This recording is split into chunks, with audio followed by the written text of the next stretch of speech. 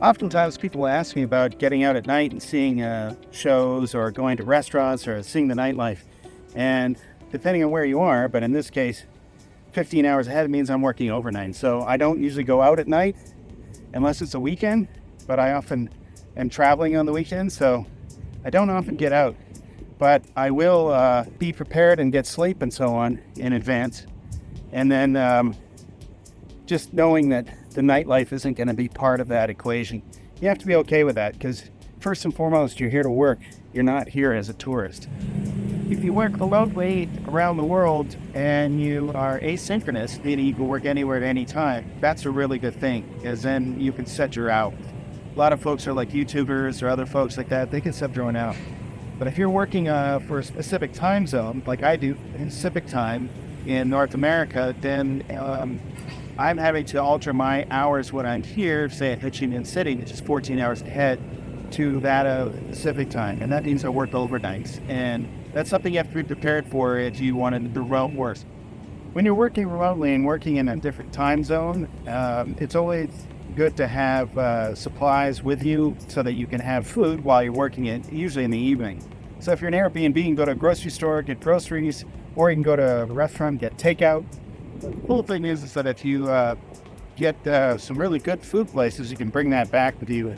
You have that in your room or in your Airbnb. One of the things you have to think about when you're traveling remote and working on a different time zone is trying to get enough rest and planning your days ahead. So for this trip that I've been in Southeast Asia, where I'm 14 and then 15 hours ahead, I make a point each day of getting rest in the afternoon for a couple of hours. It doesn't mean that by the time 3 a.m. rolls around that it's going to be different or you're not going to feel tired. Another thing about managing your time when you're doing remote work is that if you're using a platform such as Clockify, it's going to put you into your existing time zone, meaning where you are at. In this case, I'm in Singapore. And so trying to match that to the day, usually the day before, to where you were, just work as if it's that day. You don't have to worry about it. But another thing is when you're scheduling in Sprout, it'll keep Pacific time. So you can schedule it, but it's going to show you when those posts are scheduled in the time zone you're at. So there's always a discrepancy. So you have to be acutely aware of the fact that there's always going to be discrepancies and double check that because you never want a post coming out too early or too late. It's always good to think about taking rest days, especially when you're working and you've got a lot going on. You're not going to be able to get out every day and see all the sights. If you've booked enough time in a place, say you're there a week, then you should plan at least having one rest day where you're not going out, feeling obligated to get out and see the sights. Now, granted, if you're only in a place for 2 or 3 days, then you want to maximize that. But where you have the opportunity to rest, just do, really recharge your batteries. And if you have work to do in terms of working on reports or getting caught up, think about keeping that in the schedule. And that way you have a better opportunity to stay grounded as opposed to feeling like you're on the adrenaline of having tourism all the time. When traveling, it's a good idea to not only have your debit and credit cards, a Visa, MasterCard, or American Express, but also bring US dollars, specifically $100 bills. If you have the budget to do it, it's good to have at least 500, depends on how long you're going to be staying. Say you're for a week, then bring at least 300 US in $100 notes, because you can then cash that in and get some, or exchange that for cash, which they may not do in an ATM, may not work. So it's always good to have that as a backup. Oftentimes when you're traveling, you have to think about currency. In Vietnam, cash is king, so you're using the Vietnam dong, and you get quite a bit of value for your money. So in US dollars, $100 would take you a whole week of buying groceries, going to restaurants. It basically was more than enough. Whereas here in Singapore, what would cost $8 to $10 if you went to the store to buy some supplies like drinks and stuff, cost you $8-10. In Vietnam, costs you almost 40 here. So be prepared for that on your budget. Transportation while you're traveling in terms of cabs and Ubers and Grabs are something that if you plan ahead as much as you can, then you're going to make life fairly easy.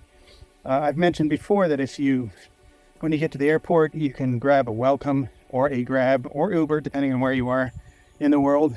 And if you have that booked in advance, then they'll come meet you at the airport and pick you up and take you to your hotel. And that's super convenient and worth it. And it solves the hassle of trying to find a ride, once you arrive.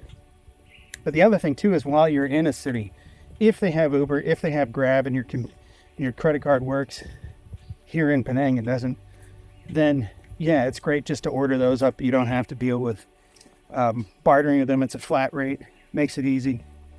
So always be prepared for that. The more conveniences you can build in to your trip, the easier it's going to be. Doesn't mean everything's going to be smooth, but at least you can try and plan it to be as smooth as possible. When you travel out of town, it's good to know the transit system. So a lot of big cities, they have subways. That's always great to get around by subways. Convenient, super cool. You can also find good Airbnbs that are just a little outside the city center, but if they're on a subway line, you can get a great deal. And of course, it's just minutes into the city. If we know places like here, Penang, they just have a bus system. It's actually not that bad. I got on the bus this morning to come out to Penang Hill. It took about 35 minutes to get here, but it was a nice little tour. So if you have time, it's good. Well, this is the departures area. As you can see, an extremely busy Friday afternoon. They're just hopping right now, and it's hard to keep up with all the congestion and just people everywhere.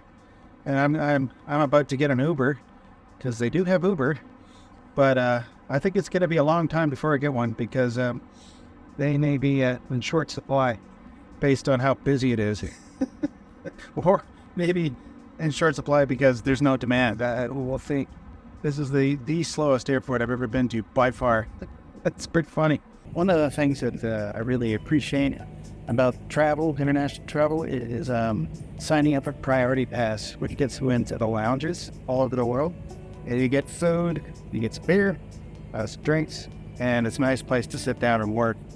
I've been now to, I think, 10 or 12 of these across the world. And in addition to the, when I'm in business class, I get to the airline one, but these are private lounges that you sign up for. And can't emphasize more than enough that if you're doing international travel and you're in economy, you can still get this at a reasonably good price, probably about $185. That's for 10 visits across the year.